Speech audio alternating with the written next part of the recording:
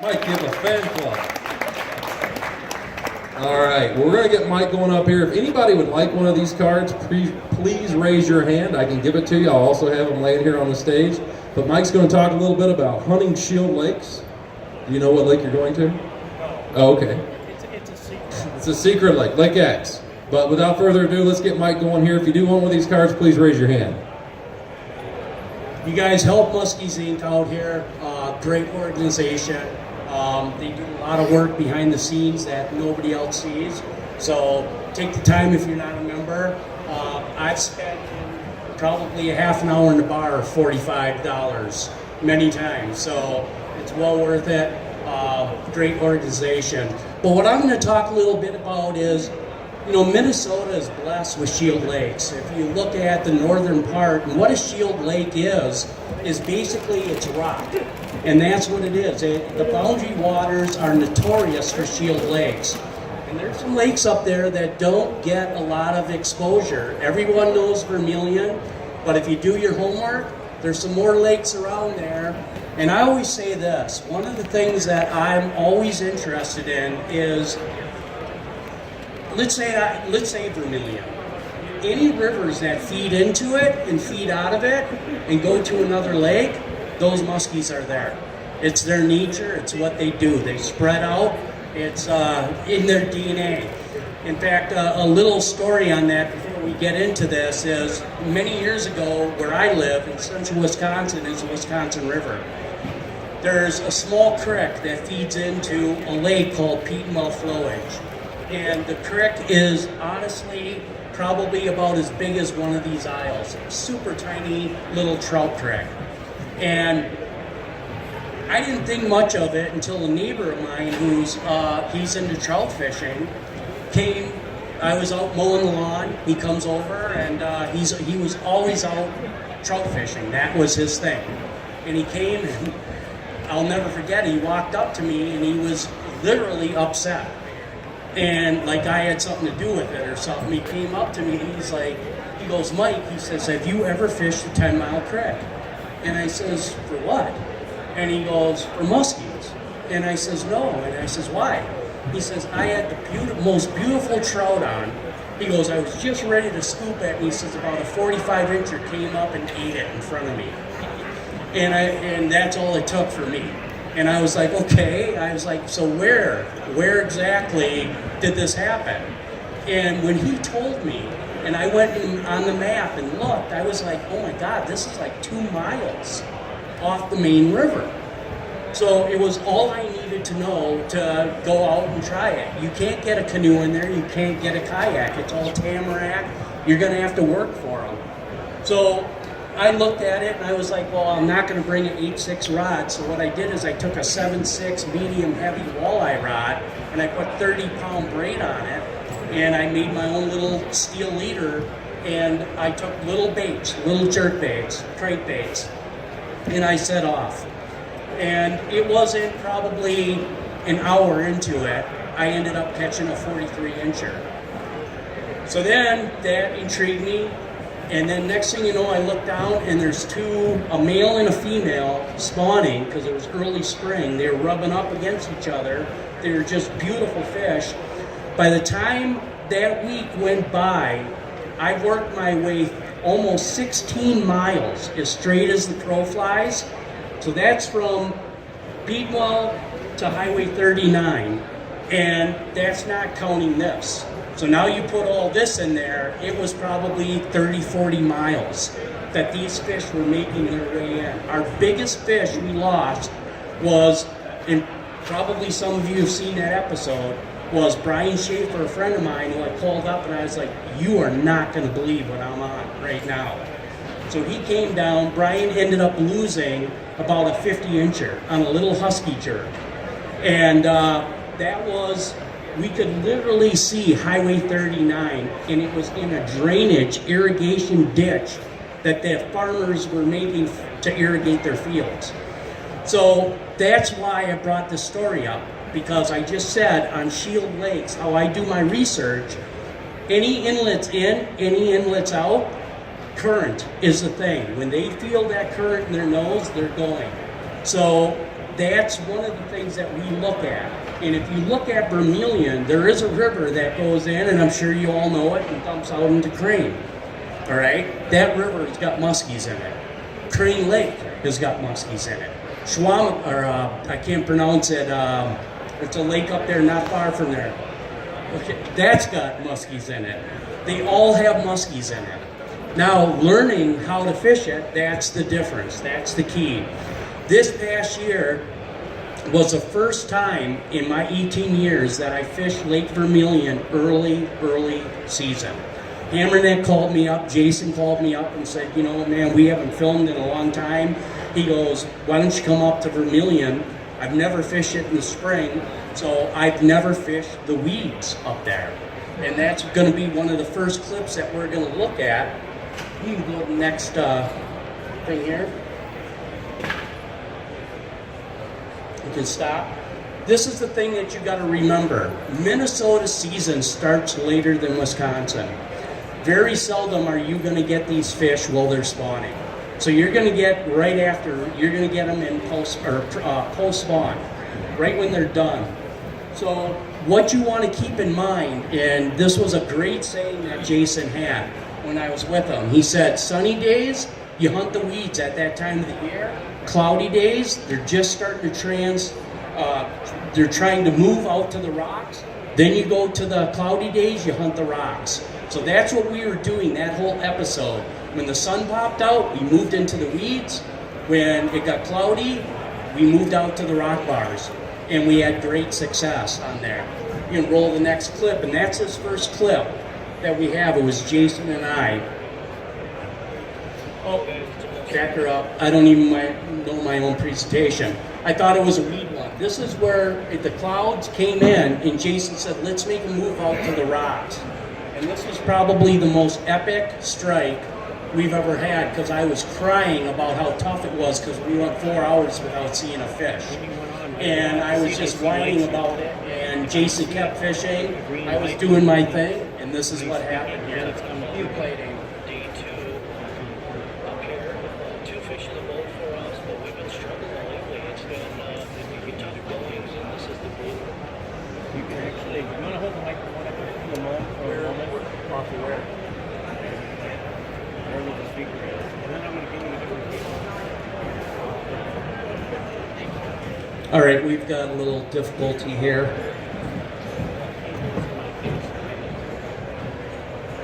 So I'll keep talking, I'm good at that. So anyways, what this was is we actually had a lot of success in the weeds. We can stop that even, okay. And so what we were doing is some of the lures that you want to work in those weeds are spinner baits because they were thick. We need to get through them. Top water over the top of them. This is the thing people don't realize with big blades. When we get into heavy cover, we'll throw big blades because the blades will pop out very wide and they'll actually move the weeds out of the way. And we've seen that a bunch of times where if we're in thick cover, we'll put 10s on, we'll speed it up. One, it's going to ride higher, but more importantly, it's going to move those weeds away. So it's a great bait for getting through weeds. And a lot of people don't realize that, and then if you do get a weed on it, just give it a good pop, she'll come right off. But that's the reason why we'll throw bigger blades in heavy weed cover, is to do that separation. Another thing too is Musky Mayhem brought out this was hilarious because they sent me a new lure. It was called the Hinge. And it's their spinner bait, and it's huge. And I had it laying on the deck of the boat, and Jason looked at it, and he goes, what's that? And I said, that's a new spinner bait by Musky Mayhem. And he says, really? He says, you mind if I test it out? I said, no, that's why I got it laying up there. Throw it. I haven't thrown it yet. He put it on, true story, made about 3 casts, caught a 43-incher. He looked at me, he says, I think it works. He goes, and it was history. I mean, it was just it's got a willow blade on it, and it's got a big rubber 6-inch skirt on it with a paddle tail. So, and that arm violently shakes. So it gives off a great vibration. It's a great product. It's got a treble hook on it. So you can do the treble hook or single hook on it. And we actually rigged that one up with a treble so that you get a better bite on it, because that's the negative of spinner baits, is the hookup on it.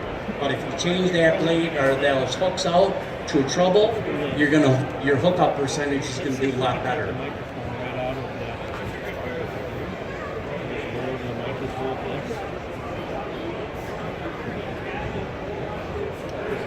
What we were looking at is we were in by the casino. That was one of the bays there, and the key to it wasn't so much the weeds. It was where they were located. Because of the water temp, they were starting to make their way out. When the water temp is cool and they're in the spawn, they're way back in the bays.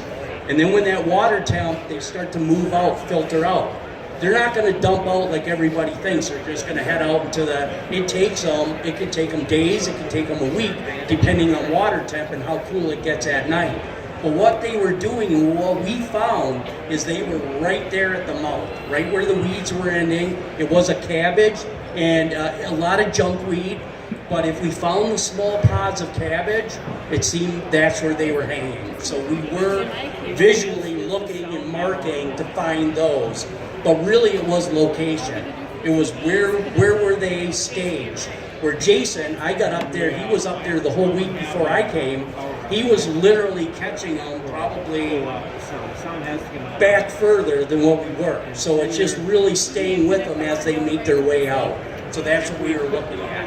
And then we had, and I'm terrible at names as far as bays and stuff. I fish all over, and to remember all of them, I just can't. My mind doesn't work that way. If I see it, I'll remember it, but I don't know names. We were hopping around to all of those bays, and we had good success, but Fortune Bay, right there, that's where we had the best luck. It was just stacked with muskies. And some nice ones, too. I should have had 3 of them that, And we have not seen a fish this afternoon. So hopefully what she's got in store for us at evening. Oh, there it is, right there, beaten.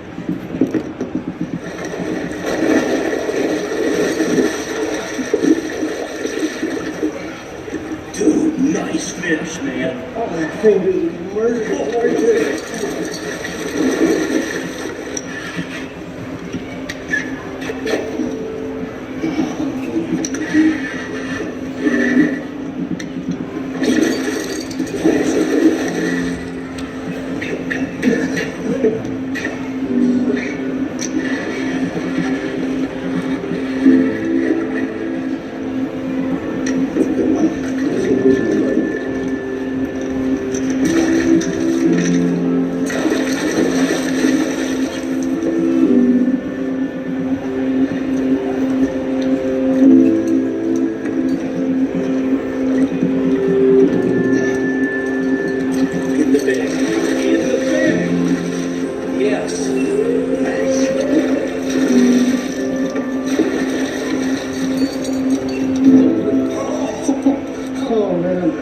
Just talking about how hard we're working and how many hours we put into this crazy sport, dude. This is the first fish we've seen in 4 hours. And the conditions are pretty good.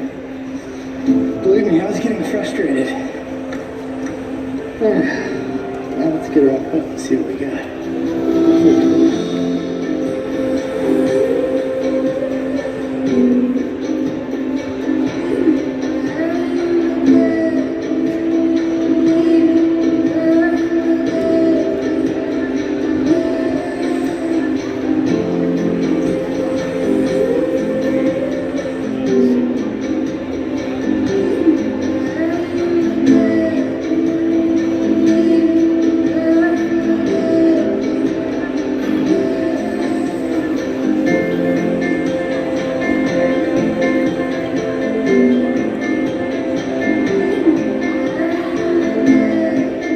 When I was putting this show together, literally I spent 2 hours just listening to music to get that right moment, what I felt at that time. People don't see that. I spend, Amy knows how many hours I spend just listening to music, because trying to relive for you guys and how we felt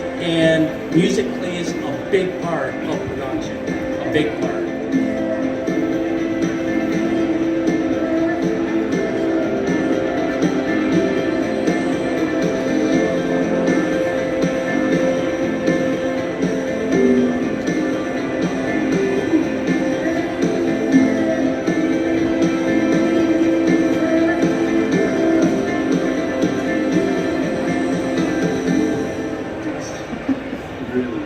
Give us a nice acrobatic show.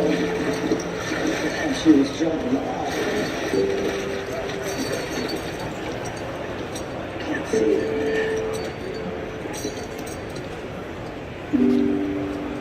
That is just totally crazy, man. We were just talking about how much work we put into it. We caught her on a mid-lake structure here that tops out at about 8 feet of water.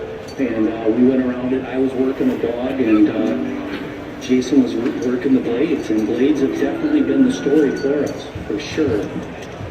That was an epic strike.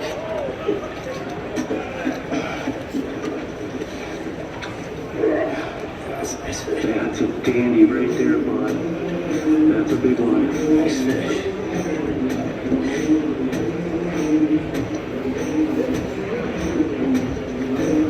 Super nice fish. Pretty chunky for right after this mountain, too. There we go.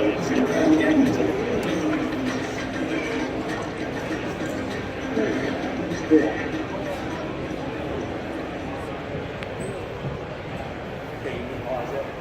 So then what we do is, that was my first experience ever fishing a shield lake in spring.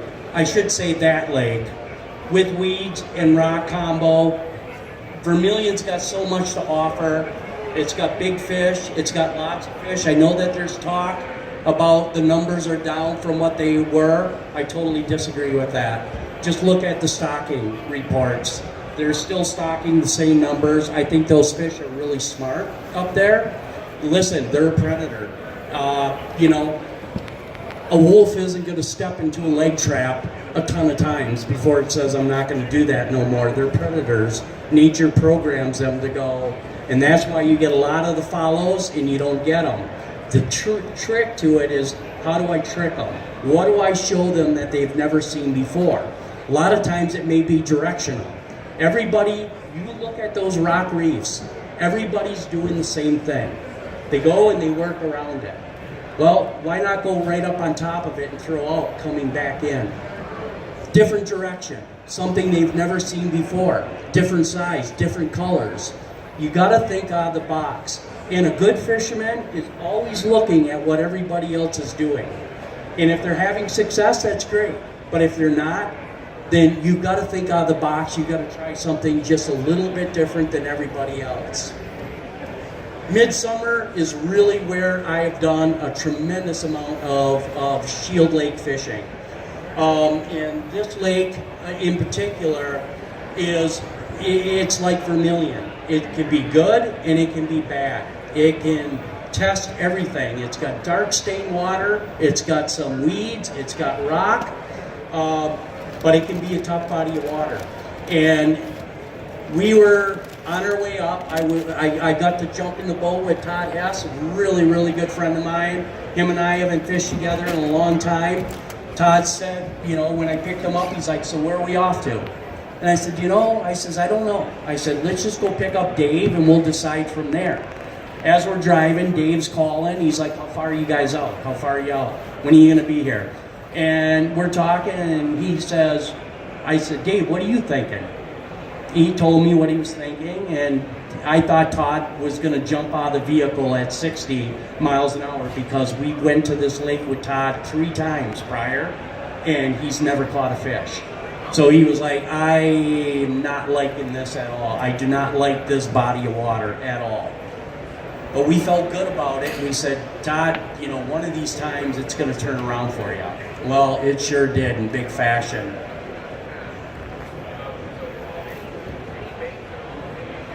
You can hold it right there.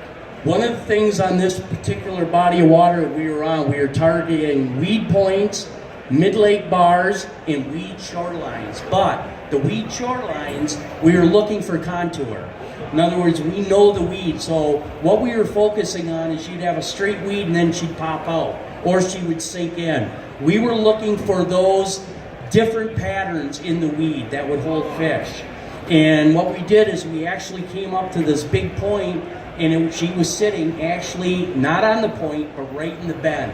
So we think at that time of the day she was working her way out towards the point to set up, and we just happened to get there at the right time.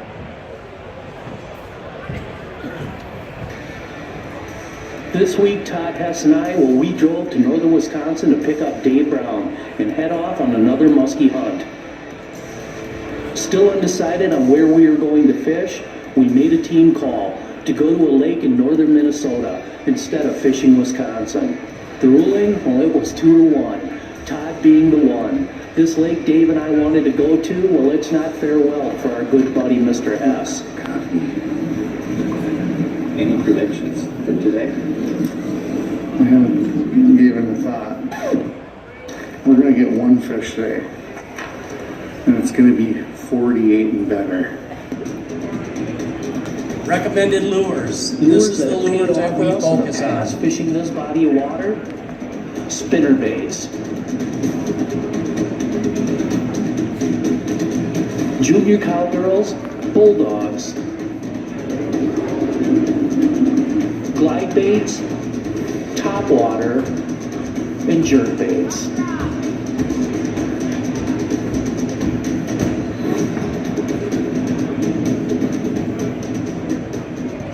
So this clip that we're going to look at, we were working on that, and we were like, I said to Dave knows this body of water very well. I said, Dave, what do you think? And he said, you know where we got to be when the sun goes down. Big point. He said, we got to work that weed. We haven't done it that day, and everybody decided on what they were going to throw, and we were like, Todd hasn't caught a muskie in, well, he's caught muskie, but not with us in 3 years. So we said, we're giving you the blades on this one that has done very well for us.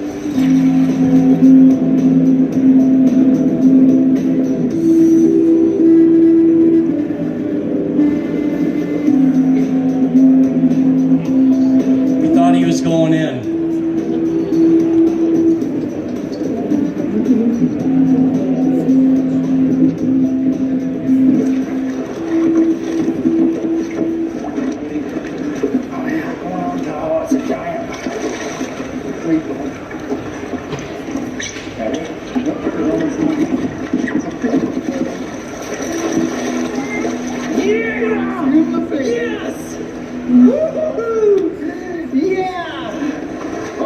Super T's back in the game.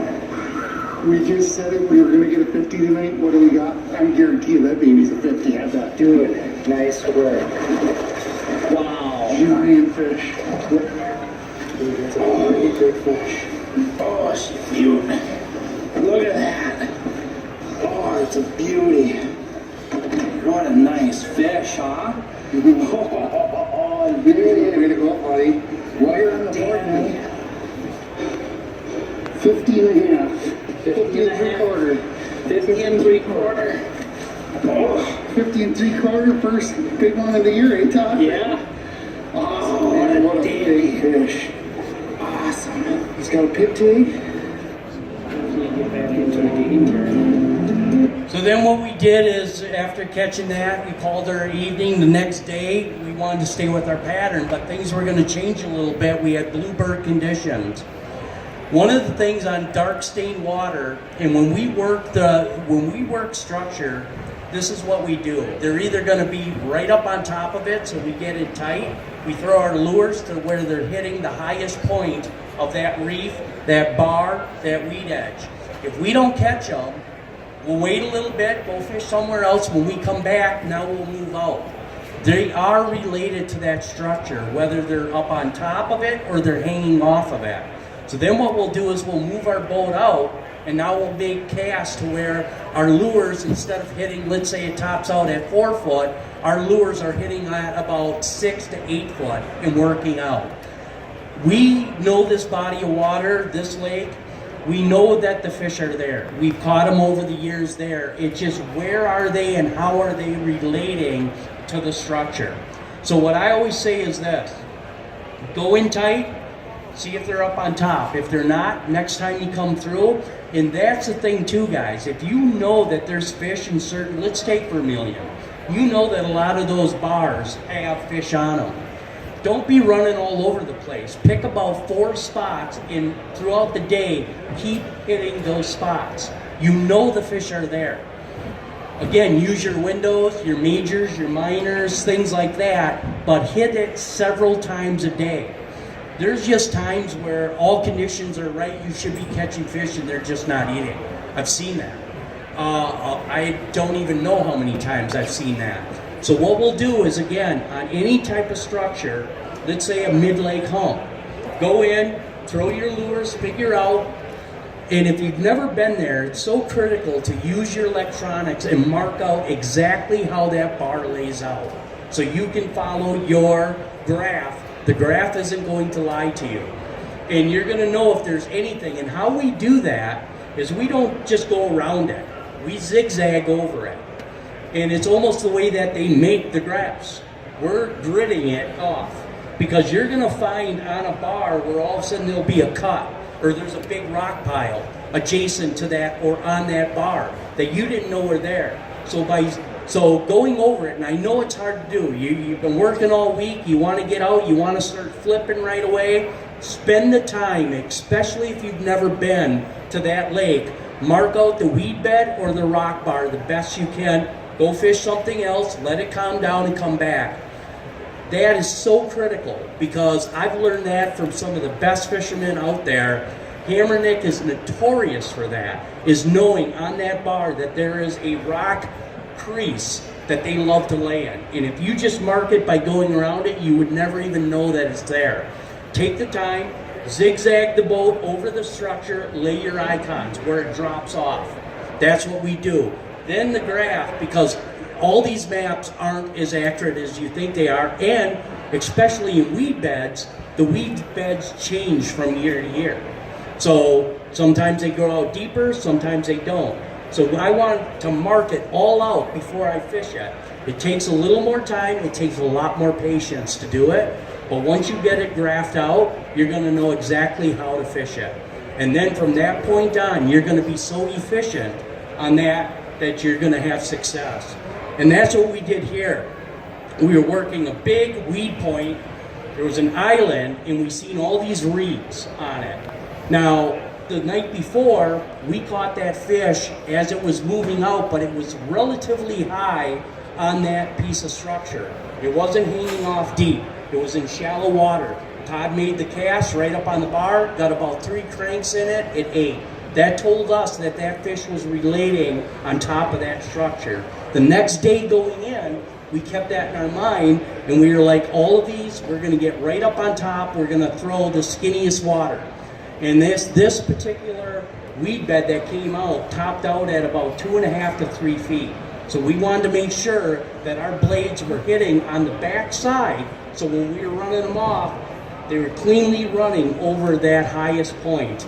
And what happened next was your typical, we've all been there, you're fishing, you see a musky porpoise. I've thrown at those muskies 100 times and never caught one.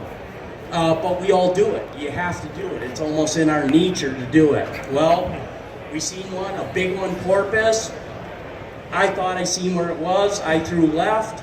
Todd went right, and the rest is history.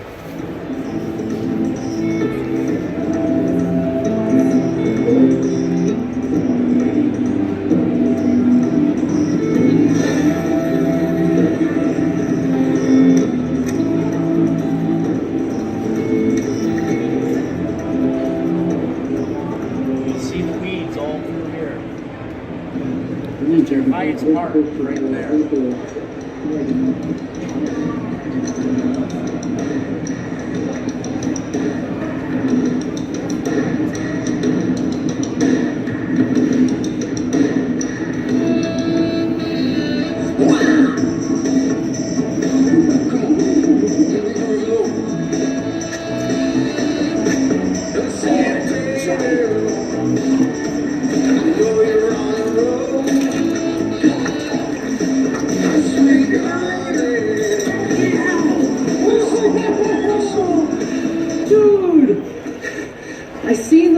come up, and I'm like, look at that.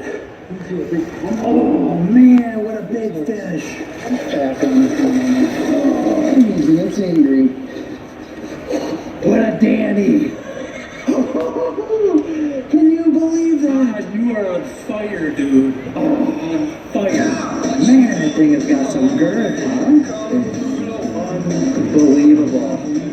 That never happens. Every time you see a muskie and you cast to it, I mean, that don't happen. And she's a giant. Big blonde. Fish number 3, buddy. Just a dandy. Saw the thing right in the reeds right here where we're at. She come boiling out. Each guy went one way and great decision. Oh, jeez. Look at that. What a fish. Wow, dude. That's huge. That's huge. Oh, my. What a dandy. Oh, That Oktoberfest bucktail from Team Rhino has put, in 2 years, 6 over 50 in the boat for us, throwing stained water. It is, that color is so sexy. Muskies love it. We've caught them on juniors and on the cowgirls in that color pattern. So if you're looking for a stained water lure, that's a good one. It's produced, not to mention a bunch of mid 40 fish that we've caught on it. It's a great lure combo. Now late fall, this goes back, this dates us a little bit here, but on Vermilion, in late fall, the Cisco's come up on these rock bars to spawn. What we're looking for at that time of the year is we're not looking for the solid rock, we're looking for gravel, because that's what Cisco spawn in. So what you want to do is you want to, again, use your electronics, find where the gravel is in relation to these big bars, and it all has it. It's a crushed gravel. That's where these Cisco's are going to spawn. Now what we're doing is our lure presentation is getting pretty limited at this time. We're throwing pounders, and pounders with some big bait. We'll throw the models, the supermodel, big blades, slow rolling them, and big cranks. But the rubber has year in and year out on that bite has produced. And some guys throw the 2-pounders. I can't. I can throw probably about maybe a half an hour of it, and then that's it, I'm done. But pounders I can pretty much throw all day. So it's big, Cisco-looking color patterns that you want to throw. Your walleye colors are really good. Your whites are very good. A very good color at that time of the year over the years for us has been the white body with the chartreuse tail. Very good color. It was just an absolute giant that we caught.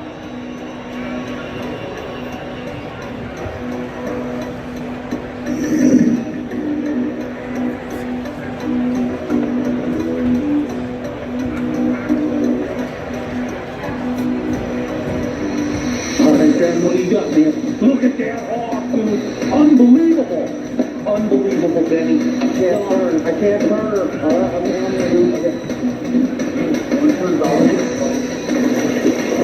Let that block way down it. Yeah! Wow, guys. It's a giant fish. Unbelievable.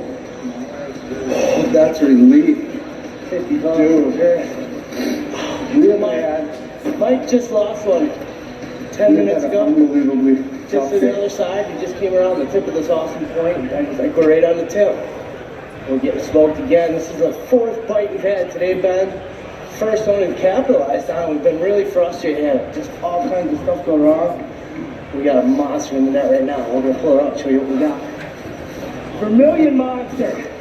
Let's take it up front. Oh, is that a pig? Did you guys see that? That was like a sucker big hook that.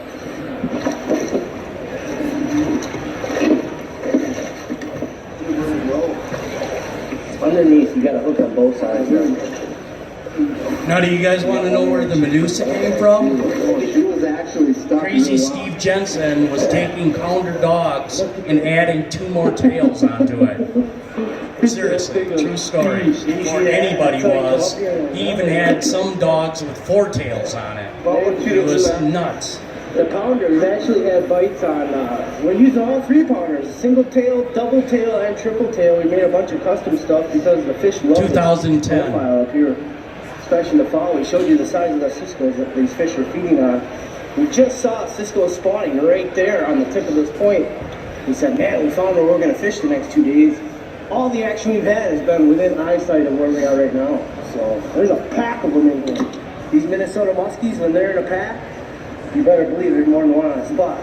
We'll get her out of the net here, get her back quick. We want to get right back on them. Yeah, over that, just grab her. That's amazing. You always want to support the net when you're handling a big fish like that. We've seen a few more in this. Oh my God, Benny! Let me help you. What a beast! I got the back there. Look at that, you guys. Big, beautiful muskie. Monster. Got a mark on her. Lay her on the board. Very quick, heavy, see. heavy fish. What do we got? Hold it up. I got it. Oh, she's pooping. 54 and a half. 54, almost 55, you guys. Right there, man. Beautiful fish. Now think about it. That was 2010. A 55 in 2010. That was kind of unheard of. So basically, to recap, guys, springtime, hunt the weeds. Mid-lake structure during the summer, look for your rock reed humps. Anything with humps on it in the summer with weeds can be awesome. And again, don't be afraid to work the same structure multiple times during the day, but work it from different depths. Try very shallow, try to move out, maybe a cast and a half, 2 casts out, sometimes even further out than that. Now, if you're marking bait around that structure and it's in deep water, you know, muskies, they don't hang out on structure because it's cool. They hang out for 2 things, and that is they do 2 things. They eat and they reproduce. That's it, like a shark. So find the bait where it's relative to the structure and hunt that bait. Sometimes it's off that structure in deep water. Then what you got to look at is where is the bait on your graph? Is it high in the water column, almost to the surface? Is it down 10 feet? And then adjust your lure presentation to get down to where you need. So in other words, if there is high in the water column, top water, small bucktails, they run high, you know, maybe a shallow invader, something like that, that stays where that bait is. Now if it's 10 feet down, 12 feet down, deeper, try a dog, something that's going to get down, trying to keep. Muskies have the worst ADD than any animal I've ever seen. The minute they lose interest, it's game up. They're done. You have to keep them interested. So by putting that lure down to where they don't have to chase it as much, they're lazy. They're predators. You put it in front of them, they're going to eat it. If they have to work too hard for it, they're not going to. So again, we're always, if I'm in the front of the boat, which very seldom happens, but if I am, I only have 1 graph in my boat. I'm constantly to the point to where Dave wants to punch me at the end of the day because where's the bait? Where's the bait? Where's the bait? That's all I'm asking all day. Where's the bait? Because now I'm going to adjust. If he says we've got deep balls of bait, what lures are going to get down there? Deep diving crankbait, bulldogs. Lots of times, and I don't see a lot of people do this, counting down your dog. Remember this, a magnum-sized bulldog has a descent rate of about 1.5 feet per second. Think about that. So if I'm marking bait at 10 feet and I've got a bulldog on, I'll throw my lure out 1,000, 2 1,000, 3 1,000, 4 1,000, 5 1,000, I start working it in. 1.5 foot descent rate on big dogs. So that's what we're doing. So a lot of times you'll see me cast out and I'll just be BSing, but I'm counting in my mind, I'm counting that lure down to get down in the bait zone. So that's very critical. Where's that bait? Always pay attention to where the bait is. Is it high on the column? Is it high up on the structure? Is it off the structure? The bait's going to tell you where those muskies are. They're not going to be too far from where that bait is. Now I'm going to open it up to questions. Any questions from anybody? No questions? If you guys have any kids with you here, stop over at our booth. We have little waterproof bags that we're giving away to the kids. So if you guys have any kids, that way when they go out with mom and dad fishing, they got their own little bag to bring with them, and it makes them feel pretty good about it. So I want to thank everybody. Oh, we have a contest that we're running. How many people are subscribers to our YouTube channel? All right, there's a lot that aren't. It's free. YouTube is free. If you come to the booth, you give us your phone. We'll make some long distance phone calls. Just give us your phone. We will punch in where you subscribe. We're looking to build our subscriber rate. If you come in, we have a chance to win lures, a bump board, $50 bump board we're giving away the next 3 nights, a bunch of lures, hat, sticker, and it's free to sign up. So if you would stop by and like us on Facebook.